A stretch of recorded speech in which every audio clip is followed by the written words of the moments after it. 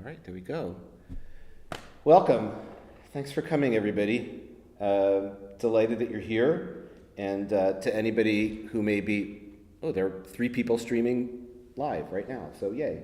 And what I found, what seems to tend to happen is that sometimes I'll check back on the YouTube stream a couple of days later, and now there's 35 or 40 people who have watched it, so it's really a good feeling.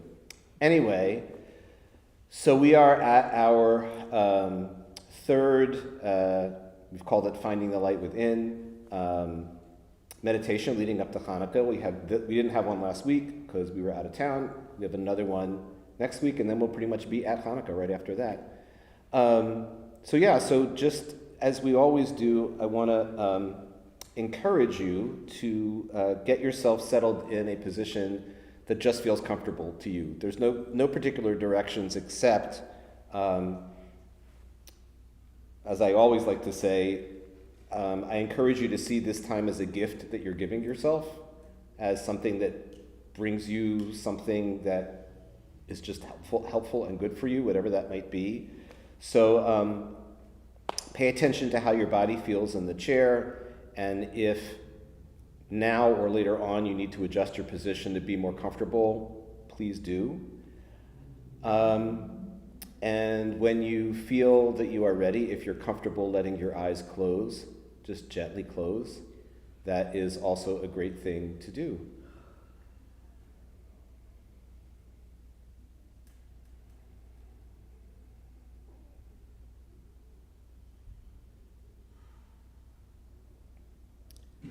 So we begin this afternoon by referencing, as I think we've done before,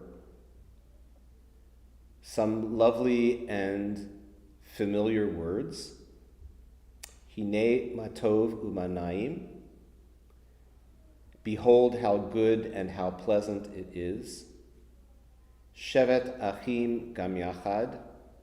When we, like brothers and sisters, when we, like family members in the best sense of family, people who love and care for each other, Hine matov umanayim, how good and how pleasant it is for us to be together in this supportive and loving and communal way.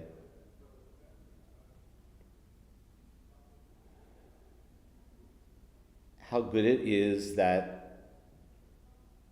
we are not alone in this time. How good it is to know that for those of us here in the multipurpose room as we are not alone. We're here as a community. And how good and how pleasant it is to know that there are those who are with us in real time right now, at home perhaps, online, and those who will join us later, watching the recording later on.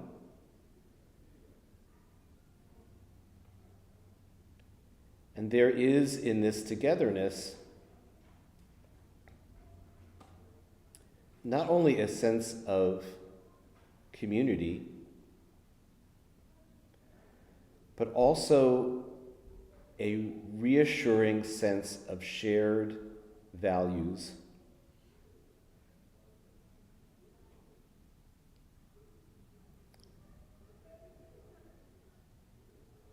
You don't have to go very far.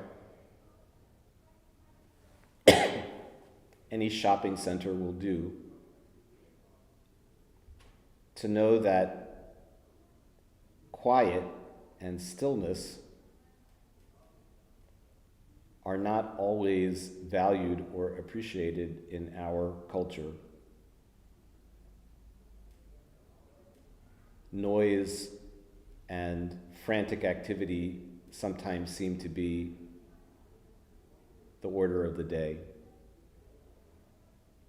And that is where this sense of shared value and shared, what we call kavanah, shared intention, can become so uplifting and beautiful. that you are at this moment part of a family, a group of people who place value on just being still.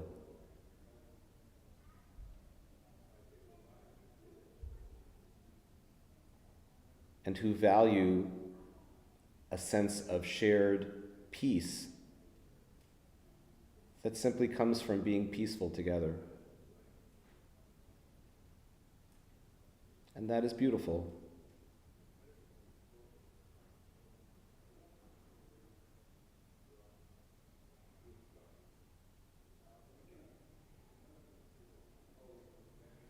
Usually, we don't sing until we get ready to transition out of this quiet sitting time. It's usually a way that we have taken singing to come into opening our eyes again and seeing each other and being together in that way. But I thought it would be nice to move the singing up a little bit this afternoon. Maybe we'll sing this again. This is a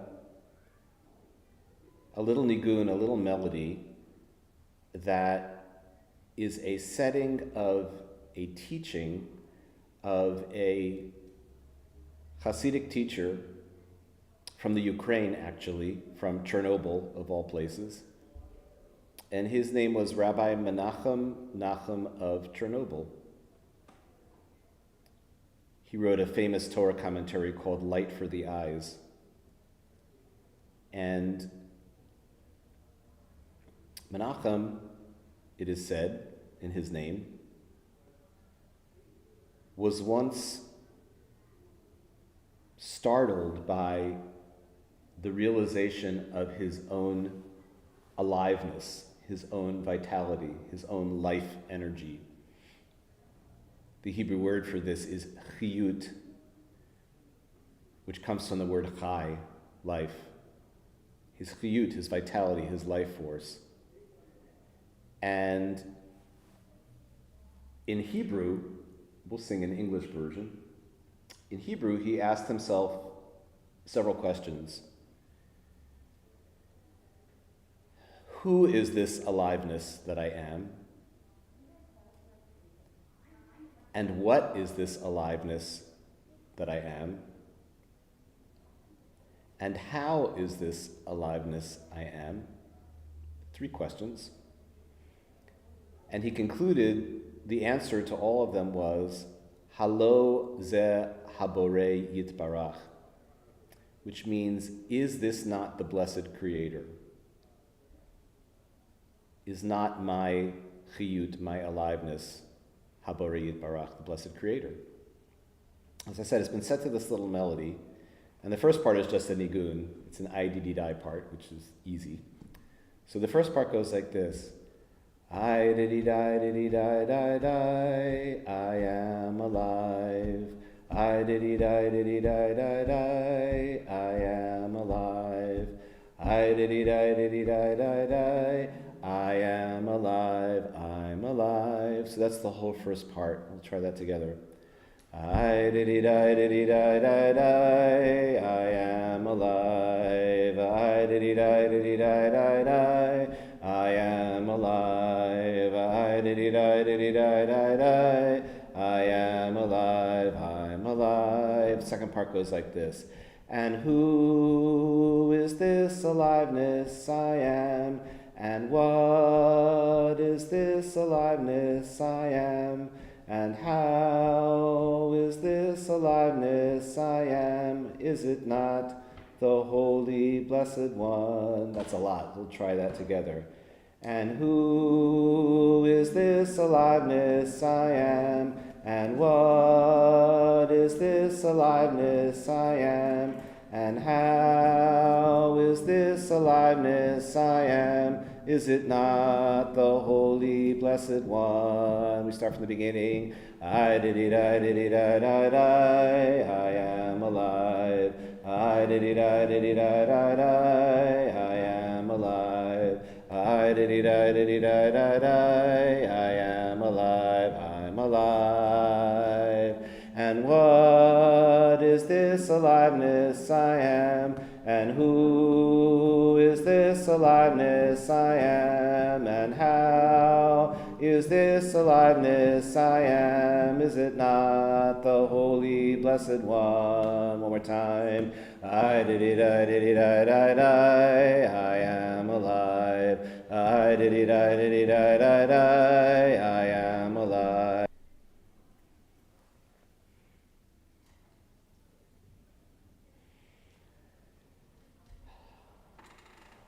So, I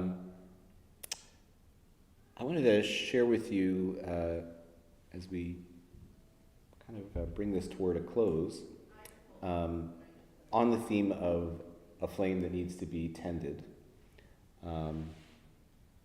both in the Hanukkah story and in the ancient temple and in our own interior place. I wanted to share with you a little anecdote that I often think of when I think of Hanukkah, and sometimes when I'm in a sanctuary and I think of the Ner Tamid. So there is an island near Greece that I believe the Greeks call Thessaloniki, and the large Jewish community that lived there up until the Shoah, which wiped that community out. The Jews called it Salonika. Anybody know anything about Salonika? Yeah, what do you know about Salonika? Well, book tomorrow night is going to be talking about the book, Mitch Albom's book, The Little Liar, which he places there. Oh, really? Yeah, it's the theme of the book. Wow. And place it. Yeah. So I had the good fortune, much closer to the early years of my being a rabbi, when I was in New York, to work with a young assistant rabbi. I was the associate rabbi. There was a third rabbi at our congregation that was brought on, and his name is, he's thank God still alive and well. I just ran into him not long ago. His name is Maris Barzilai. So Barzilai is Barzilai, which is a great Sephardic Jewish name. Barzel in Hebrew is iron. So a Barzilai is a blacksmith. That's what Jews often took family names from their profession. So it's Barzilai. And his family was from Thessaloniki, from Salonika. And she must be gone by now. She was older when I met her many years ago.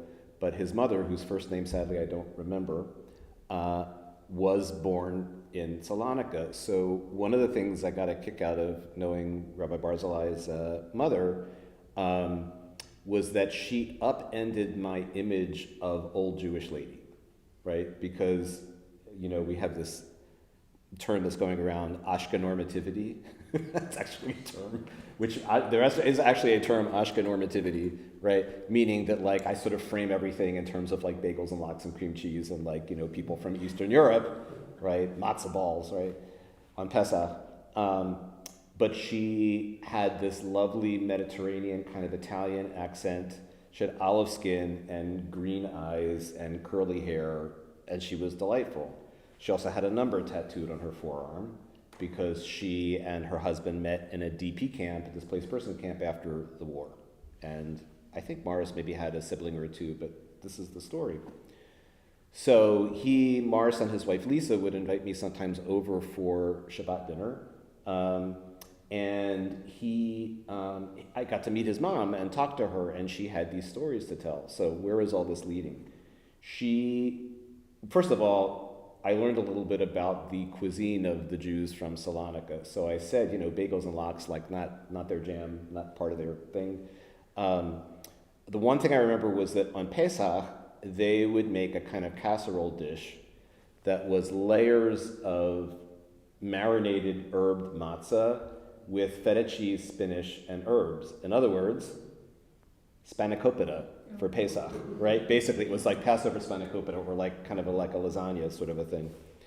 But the other story, and this is the reason for me dragging you through this whole rigmarole, is that she told me about being a child in whatever synagogue they attended in Salonika there, that members of the community brought olive oil to keep their Ner Tamid going. It was not an electric Ner Tamid, it was an oil-burning Ner Tamid, and you're in the Greek Isles, right? So olive oil aplenty. And I always thought that was such an incredibly beautiful and captivating idea, that literally the community tended the Ner Tamid, and that's how you kept it going. And I wanted to share that with you. Sadly, tragically, that community is pretty much was gone by the end of the war. But yeah, it's beautiful image. And of course, we, by being part of a synagogue community, we're tending the light right now, just by being here, by participating. So yeah. Anyway, all right. Let us conclude. I want to invite you to stand up. We'll do our little thing here.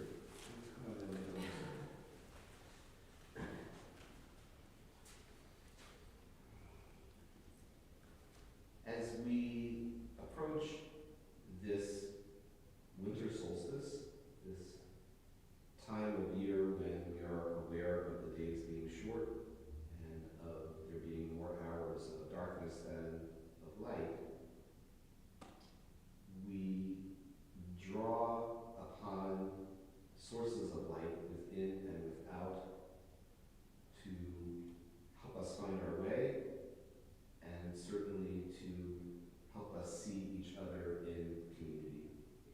So we offer these ancient words of blessing. Yivarechecha Adonai v'yishmerecha, may the Holy One bless you and keep you. Ya'er Adonai panav elecha v'chunecha, may the Holy One shine upon you and be gracious to you. Yisa Adonai panav elecha v'yasem lecha shalom, may God be with you and help you to find shalom, wholeness, and peace in a world of equality, safety, justice, and peace. We pray for all God's children, and together we say, Amen. Thank you, everybody. Thanks for coming. Oh, my pleasure, my pleasure. Yeah, so we have one more of these. Excuse me. And then what I'm thinking is, I don't know, maybe leading up to Pesach, we'll do another one, pick another holiday, and do a few of these leading up. Okay? Yeah, awesome. All right. That's nice. Thank you. You're so welcome. Thank you. Unfortunately, the live stream just kind of fuzzed out in the middle of the thing, but yeah. Okay, people at home, bye. Thanks for being here. All right.